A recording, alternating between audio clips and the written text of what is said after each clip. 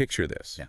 A tense moment, maybe things getting heated at work or, a situation escalating out in the community. Cool. What if someone could step in, someone with the right skills, and actually calm things down before it gets dangerous? Yeah. That's really what we're digging into today, how that works, specifically in the world of private security. Yeah, it's a really interesting space, and we've got some great source material here that sheds some light on it. We're looking at Reliable Security Plus, a company down in Houston, and also an article about de-escalation techniques specifically for security officers. Exactly. So our mission today is kind of twofold. First, we want to get a feel for the thinking behind a security company like Reliable Security Plus, because it's more than just, standing guard, right? Mm-hmm. And second, we'll break down those crucial skills their people need to maintain safety, but also handle conflict without making it worse. Right. So we'll start with the company itself using their company summary, that's the Reliable Security Plus PDF, to see their whole approach, their philosophy. And then we'll dive into the de-escalation tips private security officers must know from the Center for Security Training and Management. That gets into the real practical strategies. Good stuff. And hopefully by the end of this, everyone listening will have a clearer picture of what modern security actually involves. It's not just reacting, it's this proactive, kind of nuanced skill set for dealing with tricky situations. Insights that honestly could be useful pretty much anywhere tensions might pop up. Absolutely. So let's kick things off with Reliable Security Plus. What first jumped out at you from their summary? Well, the first thing was just seeing them position themselves as this local Houston company, but offering a really broad range of services. Like what specifically? Everything from, your standard uniformed officers and patrols to more specialized things like using off-duty police, handling traffic control, even bodyguard work. So it suggests they're aiming at a pretty wide variety of clients, residential, commercial, even government work. Right, covering a lot of bases in Houston. And you mentioned specialized stuff like personal protection for, say, executives or celebrities. Exactly that. High-profile individuals, facility protection for businesses or residential areas, and they even mention security training and consulting as part of their offerings. Interesting. But here's where it gets, I think, really core to their identity. They talk about this idea of customer service-oriented protection. Okay, let's unpack that.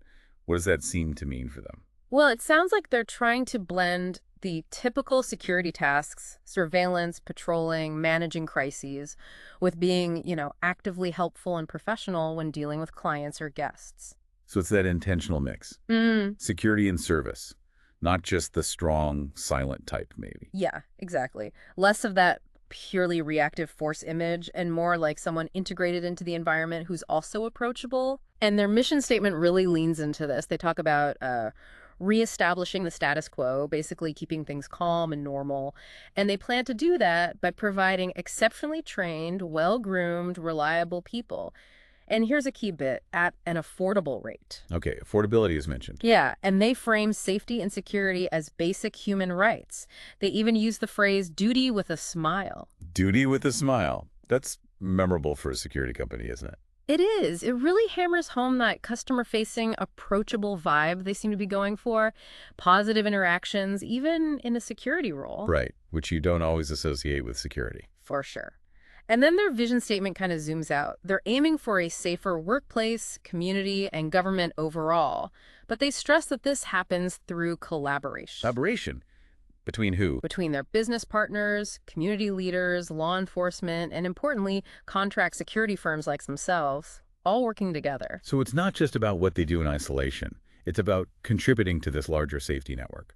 Precisely. A wider ecosystem of security. It's a bigger view than just supplying guards. That makes sense. And then they list their core values. They've got this acronym DRIPT. DRPP. Okay, what does that stand for? D is for diversity. Their tagline is, it takes everybody. R is reliability, a duty-first mindset. I is integrity, focusing on a code of ethics. P is professionalism, skilled, trained, self-motivated people. And the last P is partnership. They say RSP displays a we attitude. DRIPP. Okay, those values seem to really back up that collaborative professional image they're building. Diversity and partnership especially reinforce that bigger picture idea. Right, and reliability, integrity, professionalism, those speak directly to the trust clients need to have, don't they? Absolutely. That diversity one makes you wonder, though. How does that play out practically? Does it mean hiring folks who reflect Houston's diversity to better connect with the community? That's a great question. The summary doesn't detail how they implement it, but listing it as a core value suggests they understand its importance.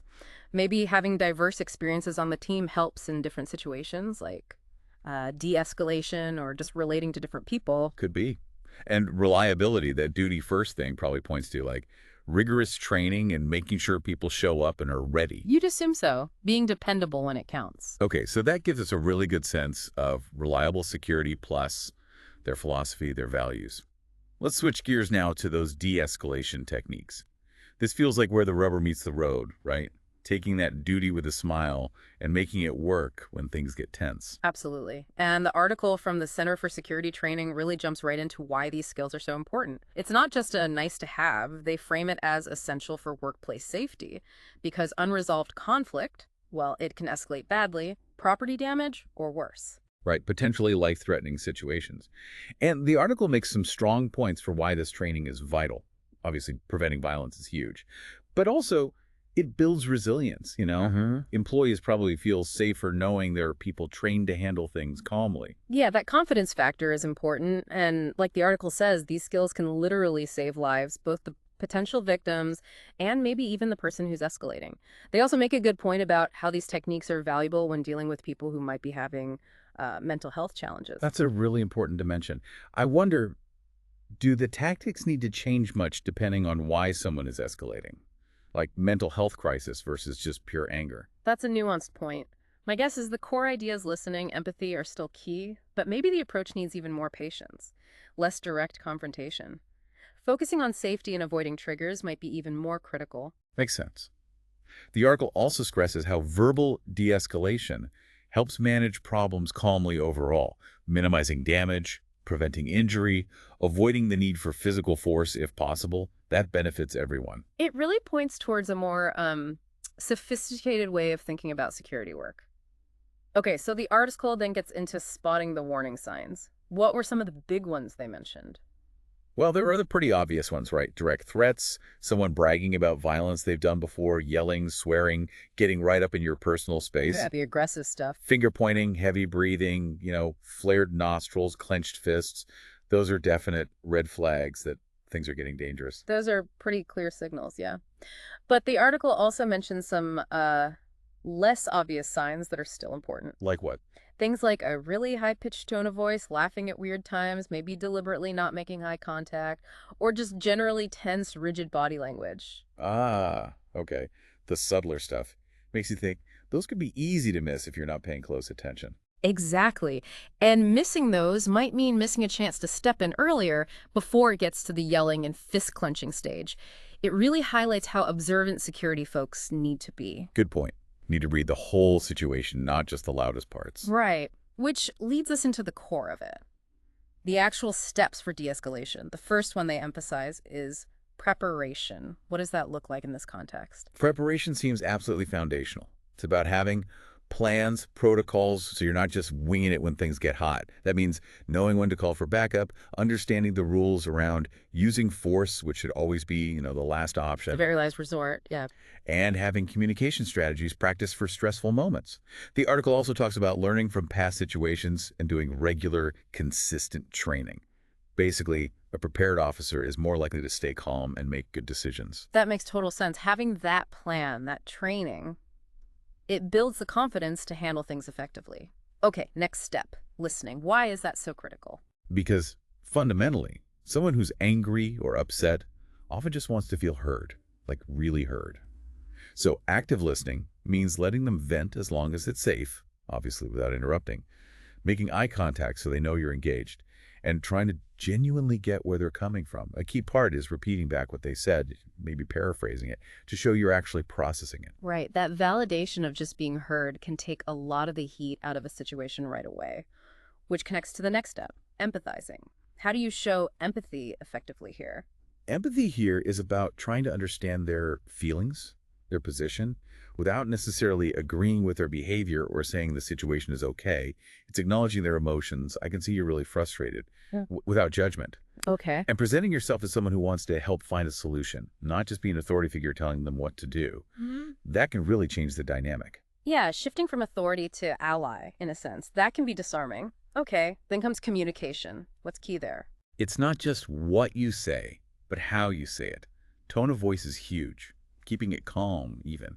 And body language too. Maintaining a bit of distance, not crowding them, using open posture. It all signals you're not a threat and you're there to help peacefully. Nonverbals can shout louder than words sometimes. So true. Okay, next is clarification. Why bother clarifying when someone's already upset? Well, when people are highly emotional, they might not be expressing themselves very clearly. So asking them to explain more or rephrasing what you think they mean.